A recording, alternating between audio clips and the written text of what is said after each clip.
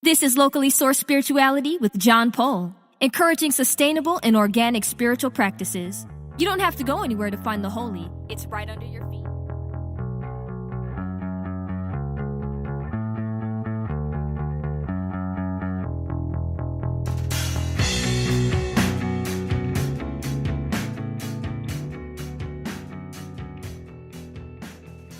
Hi, this is John Pohl, and this podcast is Locally Sourced Spirituality, and this is Season 2, Episode 1, and I titled this one, An Invitation to a Journey.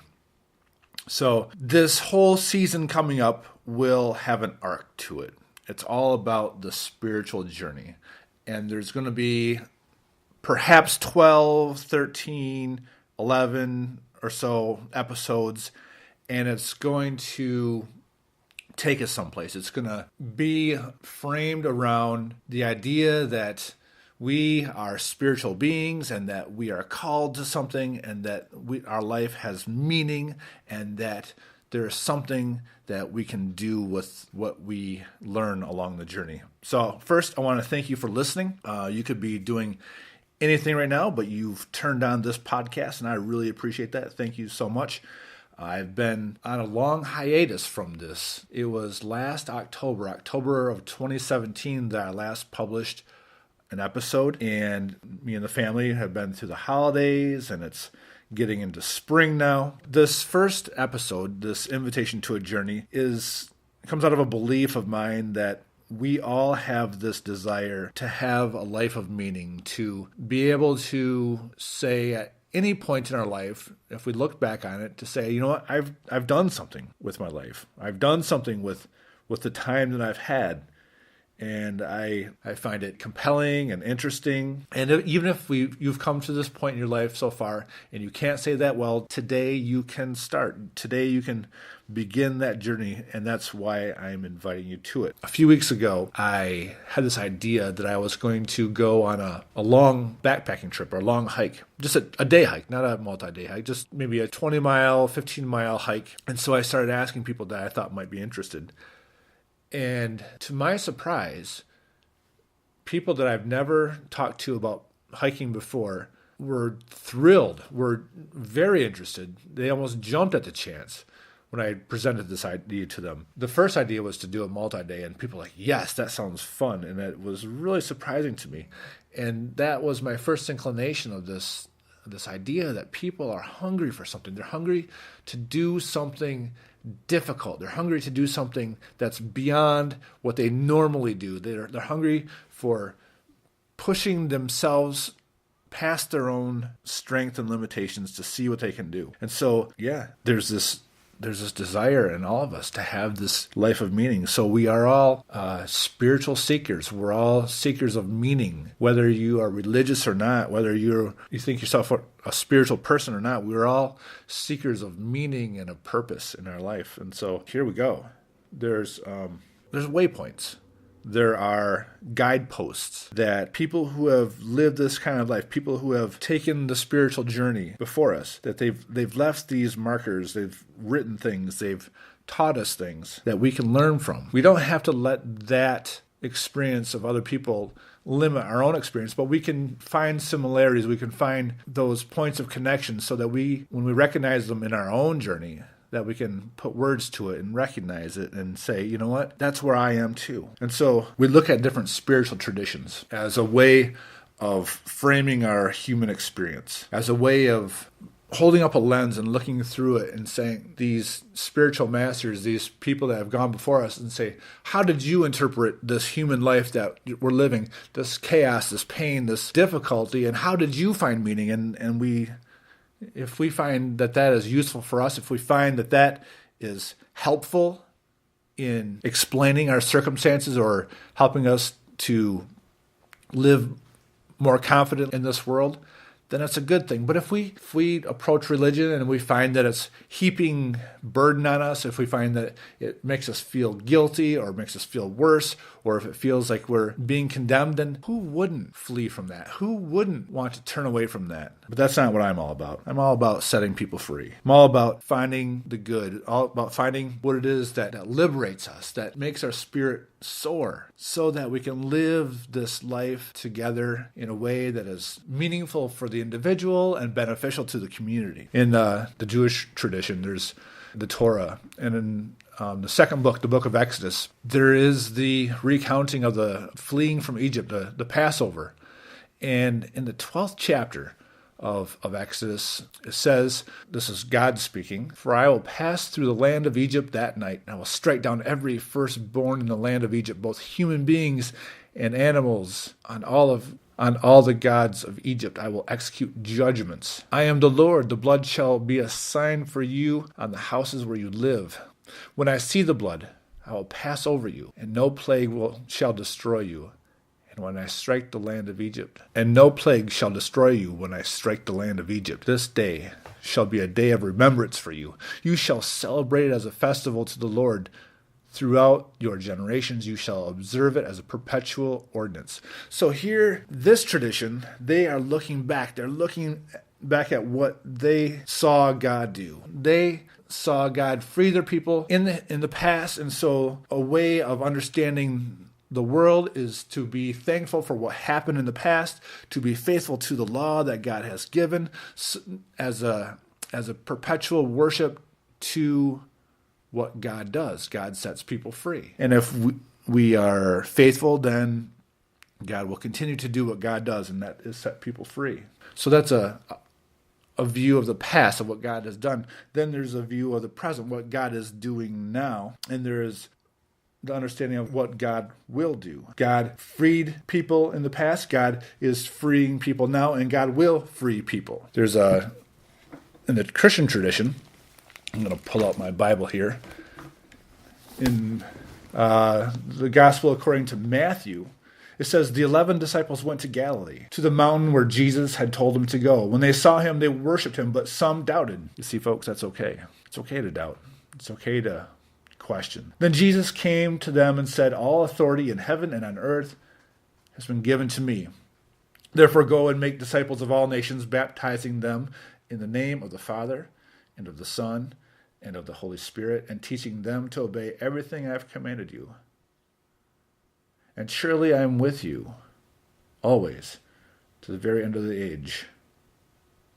And so we have this passage here that, again, talks about teaching them to obey everything that I commanded. It sounds like what I said before about being faithful to the law. But what did Jesus command? Jesus commanded the disciples, to feed people, to set people free, to forgive people, right? He didn't lay down specific laws of do this, don't do that, but more of releasing people to be the very best of who they are. Then in another book of the Bible, in Luke, there is a little bit from chapter 15. See, Jesus taught the people not with edicts, not with dogma, but with stories. And he called those stories are called parables. And in 15, there's two of them that I'm going to read, the parable of the lost sheep and the parable of the lost coin. Here's the first one. "Now all the tax collectors and the sinners were coming near to listen to him," to Jesus. "And the Pharisees and the scribes were grumbling and saying, 'This fellow welcomes sinners and eats with them.'" Yes, he does. Yes, he does. Remember that Jesus associates with people who are on the outside, who are marginalized, who are outcasts.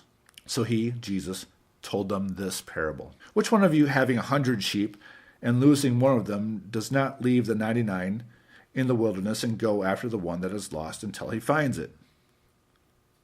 When he has found it, he lays it on his shoulders and rejoices. And when he comes home, he calls together his friends and neighbors, and saying to them, 'Rejoice with me, for I have found my sheep that was lost.' Just so, I tell you, there will be more joy in heaven over one sinner who repents than over 99 righteous persons who need no repentance."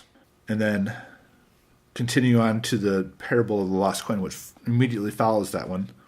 Jesus says, "Or what woman having 10 silver coins, if she loses one of them, does not light a lamp, sweep the house, and search carefully until she finds it. When she has found it, she calls together her friends and neighbors, saying, 'Rejoice with me, for I found the coin that I had lost.' Just so I tell you, there is joy in the presence of the angels of God over one sinner who repents." So Jesus doesn't tell us to convert anyone. He'll do that.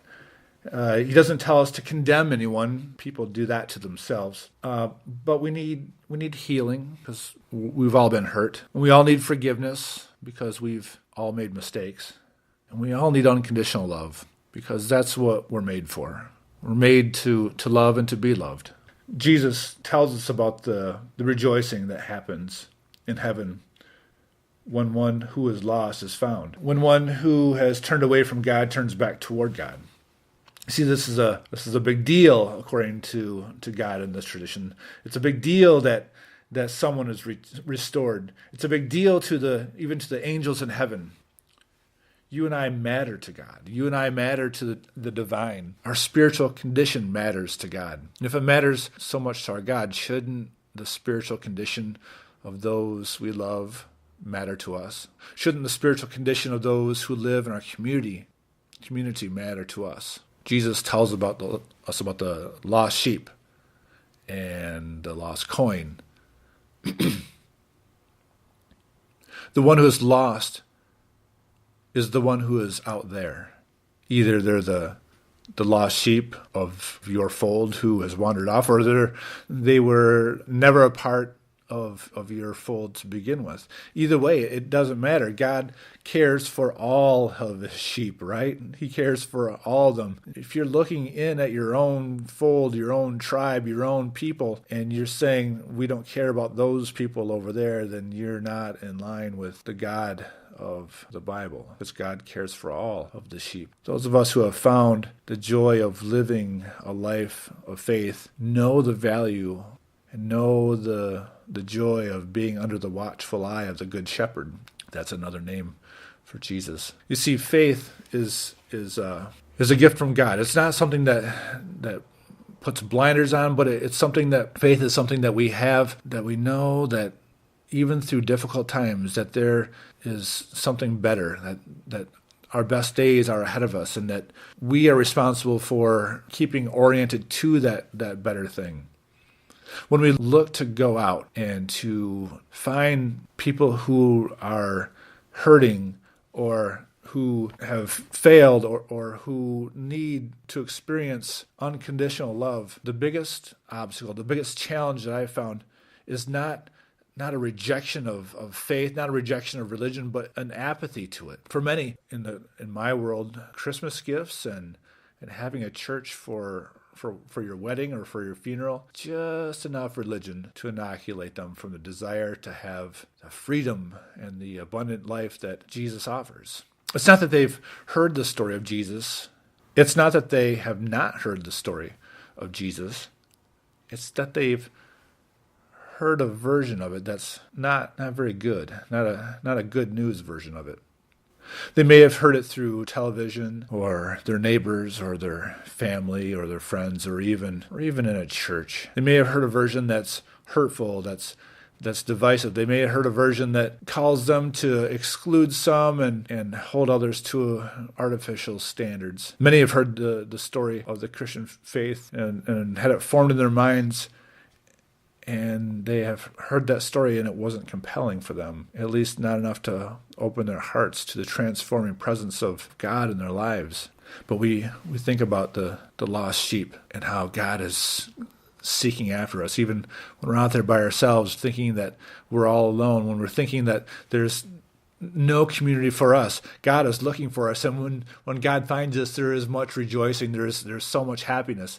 So there's a couple parts to this journey, this invitation to this journey that I'm proposing. One is that knowing that you are potentially that sheep or that coin or that whatever the metaphor is, that you are beloved, that you are valued.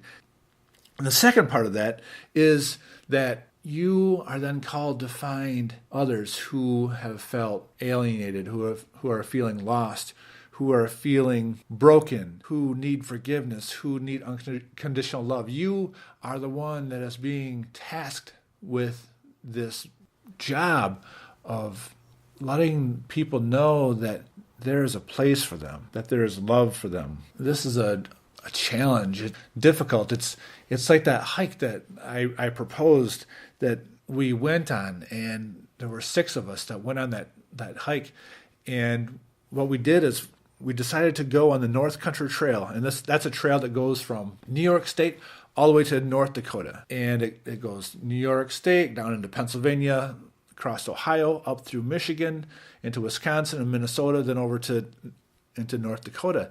And so my goal is to hike every inch of the trail as it goes through the state of Michigan. So we started at the Ohio-Michigan border, and we parked our cars at about the 15.5-mile mark up the trail, and we started back at the beginning of the trail at the Ohio border. And for the first 10 or so miles, it was flat and boring because it just went along a country road. It was a dirt road that we walked along, and halfway through our day, the scenery didn't change much, and we just stopped alongside the road and had our lunch. And a few miles later, there were blisters forming on people, and it was just flat and boring. But by about the 10-mile mark, we finally hit the trail, a wooded trail that went through the Lost Nation state game area.